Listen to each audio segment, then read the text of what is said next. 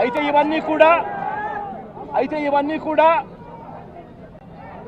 ఇవన్నీ కూడా బెయిలబుల్ అఫెన్సులు కాబట్టి బెయిల్ కోసం వంశీ హైకోర్టుకు యాంటిసిపేటరీ బెయిల్ కోసం వంశీ హైకోర్టును ఆశ్రయించాడు కాబట్టి చంద్రబాబు నాయుడు గారు ఎట్టి పరిస్థితుల్లోనూ వంశీని అరెస్ట్ చేయాలనే ఉద్దేశంతో బెయిల్ రాకూడదు అన్న ఉద్దేశంతో చంద్రబాబు నాయుడు గారు కుట్రను ఇంకా ముందుకు తీసుకెళ్లారు.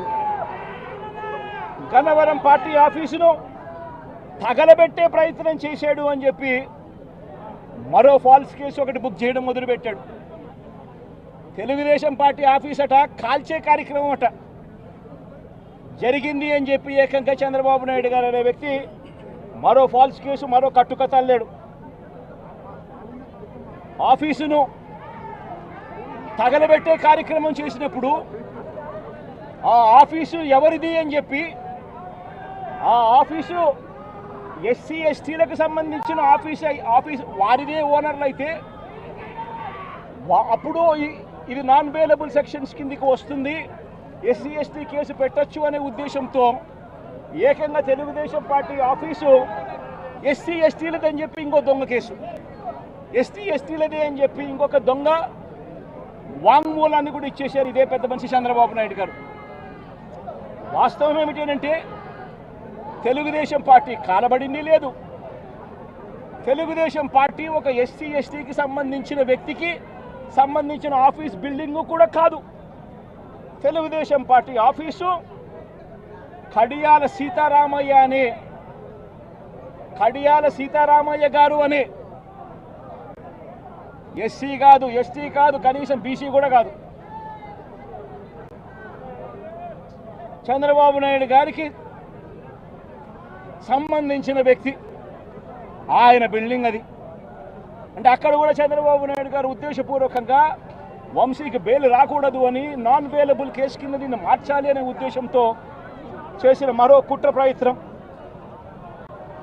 మరోవైపు ఈ కేసులో దాదాపుగా 94 మంది మీద కేసు పెడితే చంద్రబాబు నాయుడు గారు నెలల తరబడి వైఎస్ఆర్సీపీ నాయకులు వేధించాలనే ఉద్దేశంతో ఇంకా 44 మందికి ఇంకా బెయిల్ రాకుండా చంద్రబాబు నాయుడు గారు అడ్డుకుంటా ఉన్నారు.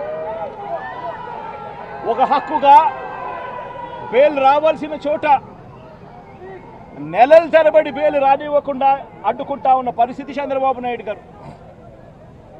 ఇదే సత్యవర్ధన్ అనే వ్యక్తి మెజిస్ట్రేట్ దగ్గరికి తాను వచ్చి జరిగిన ఘటన గురించి మెజిస్ట్రేట్ దగ్గర వాంగ్మూలం తాను ఇచ్చేస్తే మిగతా వాళ్ళందరికీ కూడా బెయిల్లు వస్తాయి అనే ఉద్దేశంతో పోలీసులు చంద్రబాబు నాయుడు గారు ఇద్దరు కూడా కుట్ర పన్ని సత్యవర్ధన్ అనే వ్యక్తిని 20 సార్లు మెజిస్ట్రేటు రమ్మని సమన్లు పంపించినప్పటికీ కూడా ప్రతిసారి దాటేసుకుంటూ రాకుండా ఎగరగొడుతూ పోయాడు. చివరికి జడ్జికు 20వసారికి ఇన్నిసార్లు సమన్లు ఇచ్చినా కూడా ఈ మనిషి రాకపోవడం అన్యాయము అని పోలీసుల మీద గట్టిగా జడ్జి తిట్టి ఖచ్చితంగా సమన్లు ఇవ్వండి, నెక్స్ట్ టైం వచ్చేట్టుగా ఖచ్చితంగా చూసుకోండి అంటే అప్పుడు మరుసటి వాయిదాకు సత్యవర్ధన్ అనే వ్యక్తి తానంతటి తానే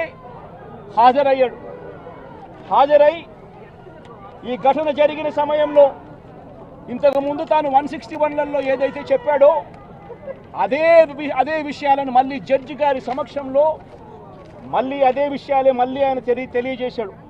ఘటన జరిగిన సమయంలో తాను అప్పుడు లేడని, తనను ఎవరూ కులం పేరుతో దూషించలేదు అని, అసలు ఈ కేసుతో తనకు ఎలాంటి సంబంధము లేదని కోర్టుకు తాను మొరబెట్టుకున్నాడు. తాను తన తల్లి ఇద్దరు కలిసి ఆటోలో కూర్చొని కోర్టుకు వచ్చామని, తన స్టేట్మెంట్ వెనుక ఎవరి బలవంతము లేదు అని ఫిబ్రవరి 10వ తారీఖు 2025 ఫిబ్రవరి 10 2025 ఫిబ్రవరి 10న జడ్జి గారి ముందర స్టేట్మెంట్ తాను ఇచ్చాడు. ఫిబ్రవరి 10, 2025 జడ్జి గారి దగ్గర జడ్జి గారి సమక్షంలో తాను ఈ విధంగా స్టేట్మెంట్ ఇచ్చేసరికి చంద్రబాబు నాయుడు గారికి లోకేష్కు వీళ్ళిద్దరికీ కూడా మనశ్శాంతి కరువైపోయింది. వంశీని అరెస్ట్ చేయలేకపోతా ఉన్నాము అనే దుర్బుద్ధి వీళ్ళల్లో ఎక్కువ కావడం మొదలుపెట్టింది.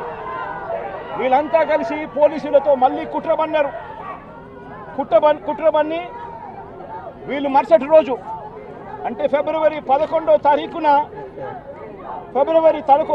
తారీఖున వీళ్ళు విజయవాడ పటమట పోలీస్ స్టేషన్లో సత్యవర్ధన్ మీద వీళ్ళు ఒక ఎఫ్ఐఆర్ రిజిస్టర్ చేశారు. ఫిబ్రవరి 11వ తారీఖున సత్యవర్ధన్ వంశీ ఇద్దరి మీద వీళ్ళు ఎఫ్ఐఆర్ రిజిస్టర్ చేశారు. కోర్టును తప్పుదోవ పట్టించారు